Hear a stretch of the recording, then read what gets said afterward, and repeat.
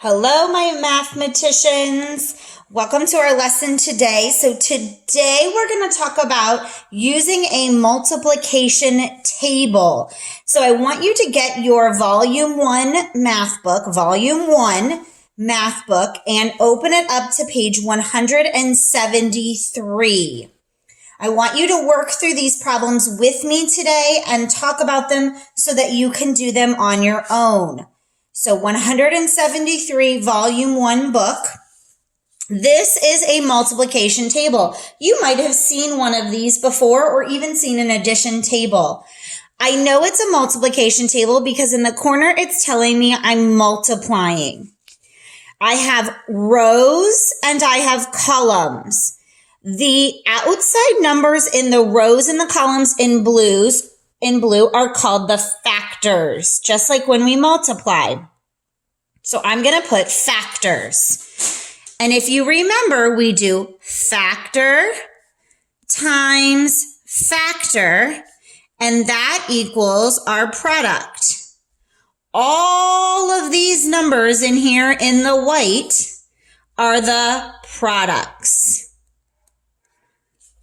Okay, so the outside numbers are the factors, the inside are the products. To use the multiplication table, you're going to use your fingers and bring them together. So let's pretend we have a factor of 5 and a factor of 2. So I'm going to go 5 times 2, there's my factors, and I'm going to come together, and where they meet up is my product of 10. Now, the way the multiplication table works is I can do a 5 here, or I can do a 5 here. And I can switch my 2, just like we've done with the commutative property. Either way, they both equal 10. Okay, so if I wanted to do 7 times 9, I put my finger at 7 and 9, and I'm going to come together following my rows and columns until they meet up at 63. I could swap it and do 9 times 7, and the same thing, it's going to give me 63. So these are my products. Now, if I wanted to use it as a division sentence, I'm going to go to the row of 3 and find 18. So I'm going to go over in my row until I get to 18. Then I'm going to come up, and there is my quotient. I could do the same thing for the column. I'm going to go to the column of 3, come down to 18, and then go over to find that it's in the row for 6.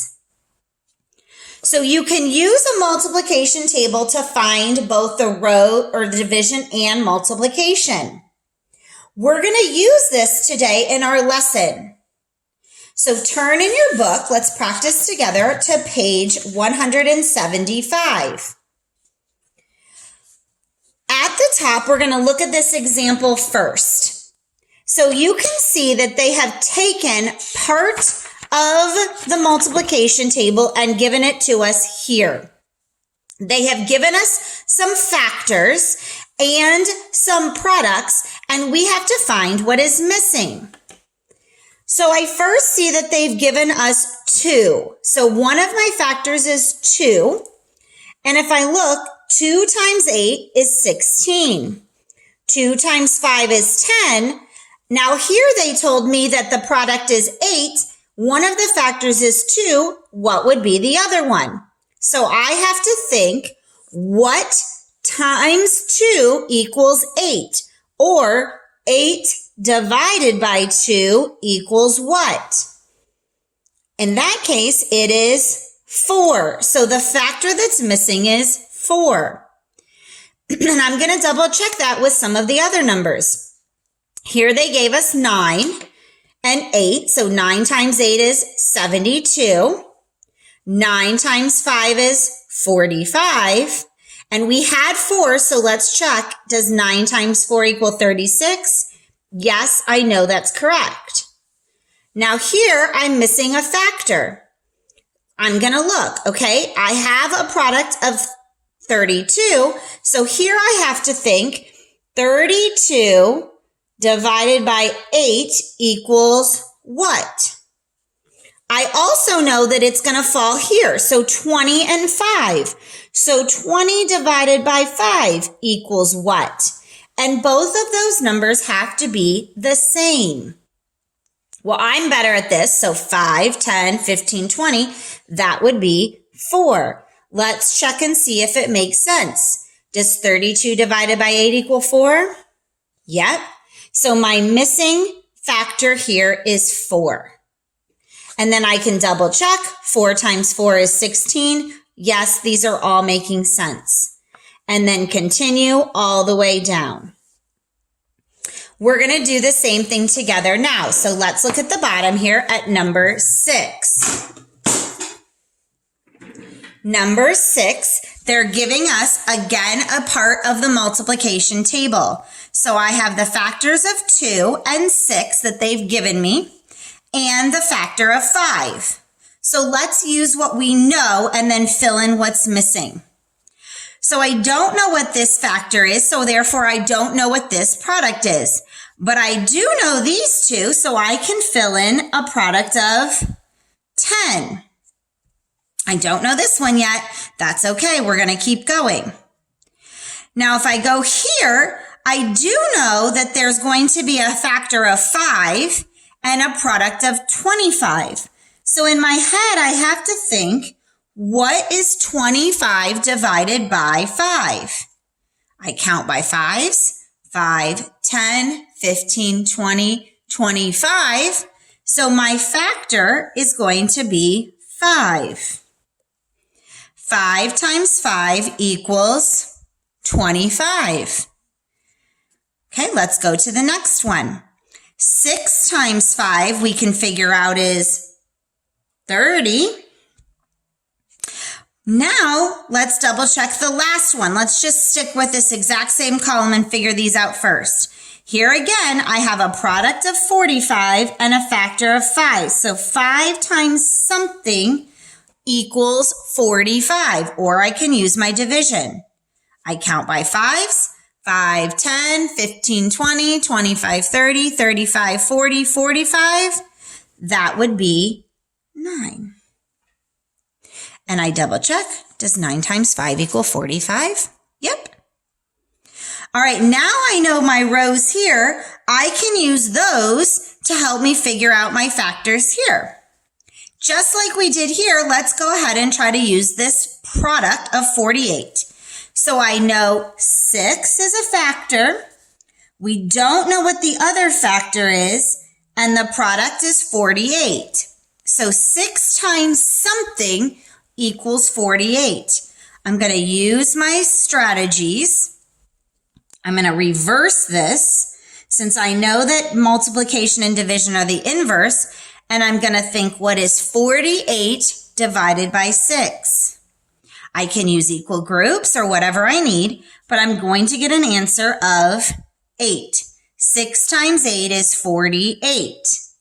And I'm going to plug in that the missing factor here is 8.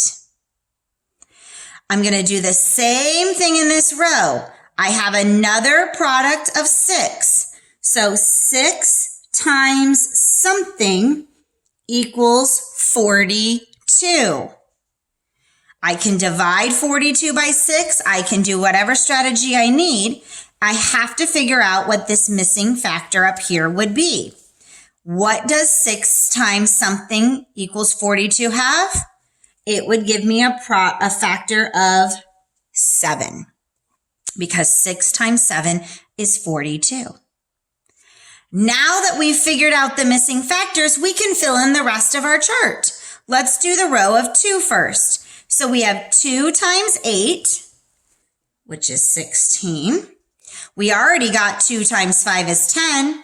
Now we're going to do 2 times 7, which is 14. Now let's do our 5 row.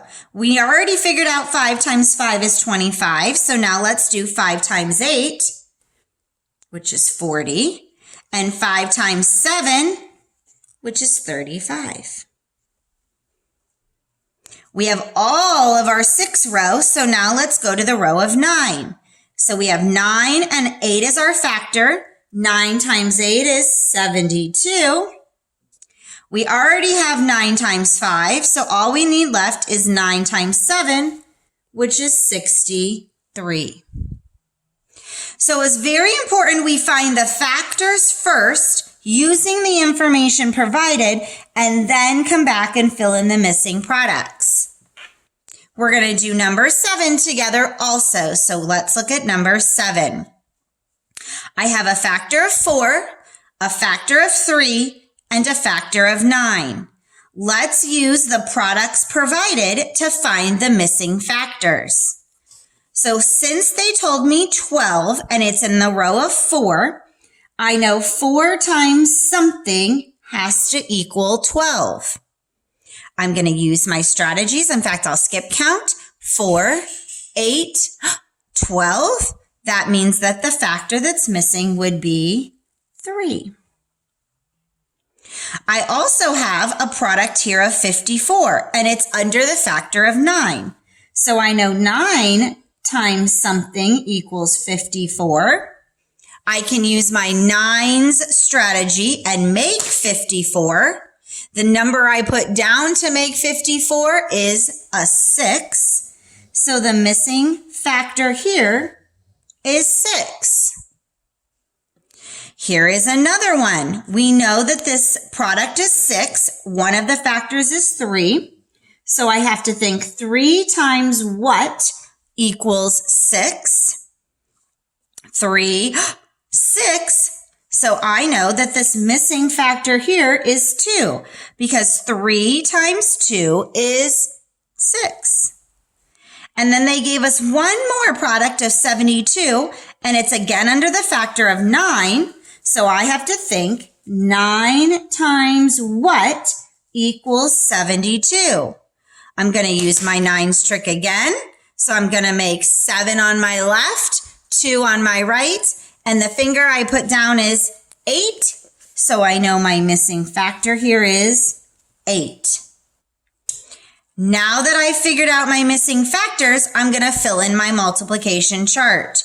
So 4 times 2 is 8. 4 times 9 is 36. 6 times 3 is 18. 6 times 2 is 12. And then I have 3 times 3, 9. They did 3 times 2, so 3 times 9, 27. 8 times 3 is 24, and 8 times 2 is 12. Oops, not 12, silly Mrs. Winekind, is 16.